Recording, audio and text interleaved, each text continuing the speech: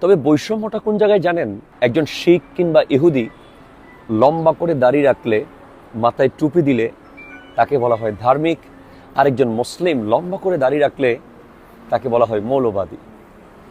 একজন খ্রিস্টান নারী যদি আপাদে মস্তক একেবারে কঠিন পর্দা করে লেবাস পরে তাকে সিস্টার বলা হয়। আরেকজন মুসলমান নারী যদি তার কোরআন এবং সুন্নাহর আইন ফলো করতে গিয়ে আপাদে মস্তক কঠিন পর্দা করে তখন তাকে আনস্মার্ট বলা হয়, তাকে জঙ্গি বলা হয়।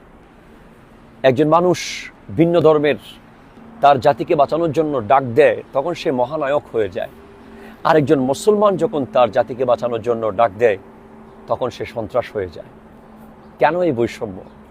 পৃথিবীতে ইসলামের চেয়ে নিরাপদ ধর্ম কি ছিল?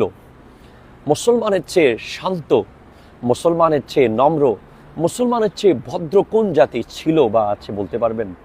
কারণ মুসলমানের নবী সেই নবী যে নবীকে আল্লাহ তাআলা শুধু মুসলমানের রহমত করে পাঠাননি, ওমা আরসালনাকা ইল্লা রাহমাতাল লিল আলামিন, গোটা আলামিনের রহমত করে পাঠিয়েছেন।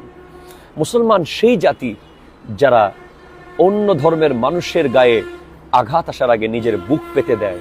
মুসলমান সেই জাতি যারা কোনো যুদ্ধে নিজের থেকে আগে আক্রমণ করেনি।